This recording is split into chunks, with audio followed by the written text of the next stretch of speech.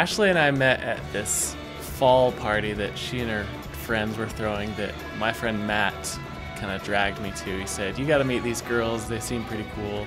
My friends and I thought it would be a good idea for some reason to spray paint gourds at this party. When we met, she was holding a golden eggplant that she had just painted. I remember us having a really nerdy discussion about Adobe software. We wished that we could use Adobe shortcuts in our lives, that kind of nerdy stuff. Initially, I thought Robbie was pretty funny. He was wearing this t-shirt that said genius on it, and it was spelled wrong, and so I knew that he had like a witty, clever humor about him just by what he was wearing. And also our conversation, I remember being very funny. She was backlit, so I couldn't really see her face, mostly just her silhouette, and so I couldn't really tell how attractive she was, so I was not as nervous because I couldn't see if I should be nervous. So I felt like I was more myself. She's got an old deaf kid she's been meaning to use. She's got blood in her eyes for you. She's got blood in her eyes for you. I'll keep this short. I thought you were cool. I didn't get the chance to get your number that night. I figured I'd see you again through Matt, but since it hasn't happened, I have to resort to the Facebook message. The end.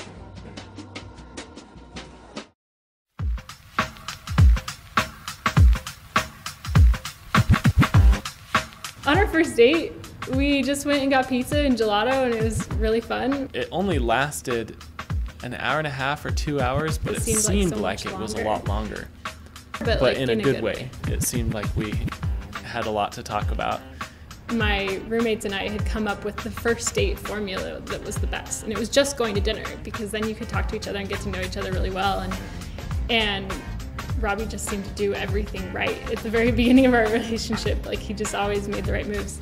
At the end of the date, we both kind of agreed that we should do it again.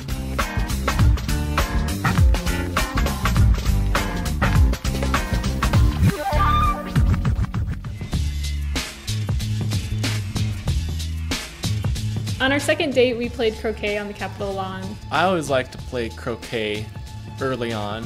For some reason, that date was like, it kind of sealed the deal in that I really wanted to date him. We just had a really good time and got to know each other really well. And Ashley actually held her own when we played croquet at the Capitol. It was super fun, and then he invited me to go to the jazz game that night with him and his friends. I was obviously interested in Ashley from our first conversation, and then our first date went really well. But it was when we were playing croquet at the Capitol that I was starting to think, hey, you know what? So far, I see nothing wrong with this girl, so this could be something pretty cool.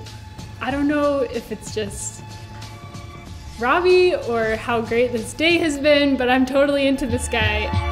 Where do I begin to tell the story of how great love can be? The sweet love story that is older than the sea. The simple truth about the love he brings to me.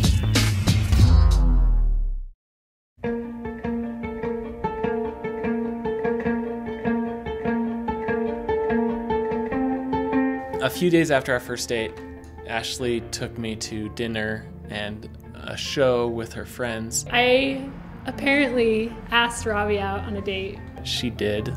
She asked me out. She's ashamed to admit that. We ended up having a really good time. He held my hand. At the end of the date, I was giving her a hug at her doorstep.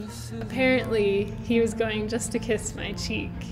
She turned her face before I could do anything about it. I thought he was going to kiss me, and so I turned my face like he was going to kiss me. And that was how our first kiss happened.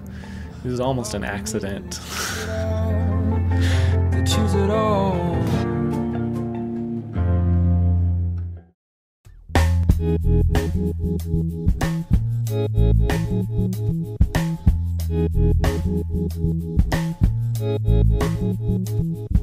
One day at the cabin, I found a lump in my chest that didn't feel right, and so I went in, the surgeon said, yeah, we're gonna have to take that out because it could be cancer. The night before he went into surgery, I brought over a surgery survival kit, just like some stuff to keep him busy while he was recovering. I decided that was a good moment to tell her I loved her, and she thought that my telling her meant I was going to die.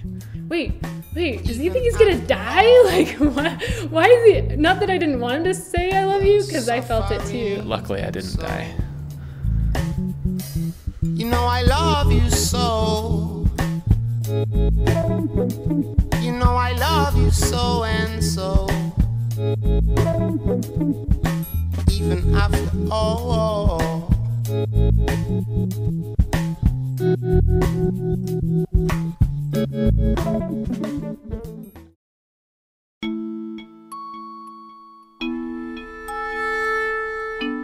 Robbie doesn't like to do things that are expected, and I think proposing on my birthday is something that other people would have done, and so I didn't expect it because it was my birthday. And I tried to make it as secret as possible. So we just went to dinner and I tried to act all normal, like nothing special was happening except it was her birthday. And we were at the Cheesecake Factory and we got cheesecake to go. He's pretty smart. So we just found kind of a scenic spot up in the hills of Salt Lake and ate our cheesecake. He seemed a little bit off, but not enough that I had any suspicions. I had 2 rings in my pockets. One was this old ring that I kind of inherited from my grandma that we lovingly call the lava ring because it looks like a volcano burped it up in gold and has all these jewels in it. And then I had another ring that my dad gave to my mom when they first got engaged. When he told me he had 2 presents for me, one in each pocket, I got a little bit suspicious. But then when he got out of the car, that's when I really knew that he was going to propose. I started just narrating everything I was doing. He just kept telling me what he was doing. It was pretty funny because he just was like, okay, I'm getting you out of the car. I'm getting down on one knee now. It was cute because he was nervous. And she was just giggling the whole time. I was really quite fond of the lava ring. I'm sad that we had to melt it down. What we ended up doing is melting down the lava ring into her new vintage modern ring.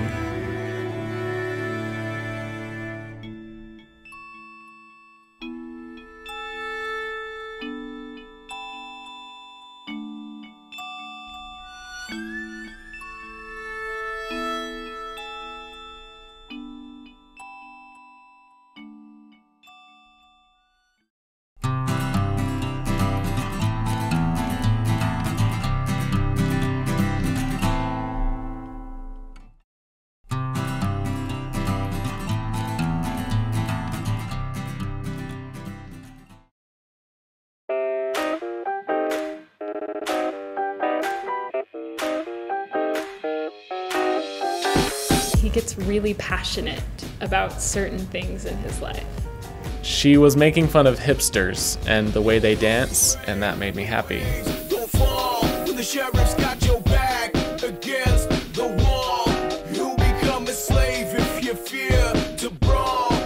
That's why we crave to conquer all. You can catch us switching lanes at the break of dawn when the rebel spirit answers to my call.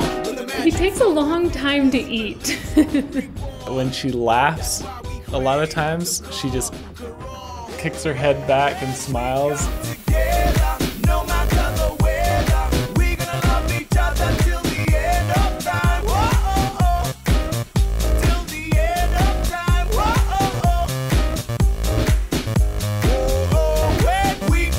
He made me a Harry Potter Monopoly.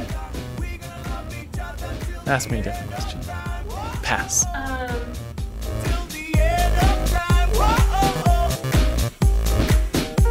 you ready to face the eye of the storm when the planets are enraged? Can you stay calm? Will you? And he also really likes chocolate milk a lot. That's the weight of his heart, chocolate milk. I'm looking at the wall next to your face. When the universe leaves all the gates ajar, whether I I don't need to add all those little details though, huh? She'll play Nintendo with me, even though she always has to bubble in Super Mario Brothers.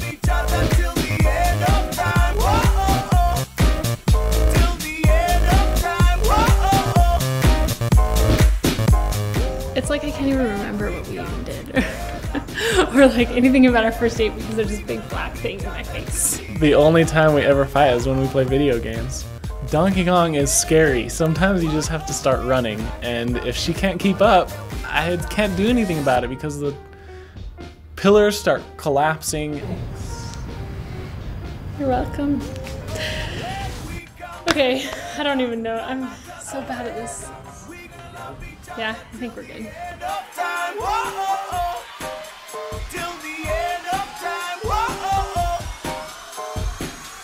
Whoa,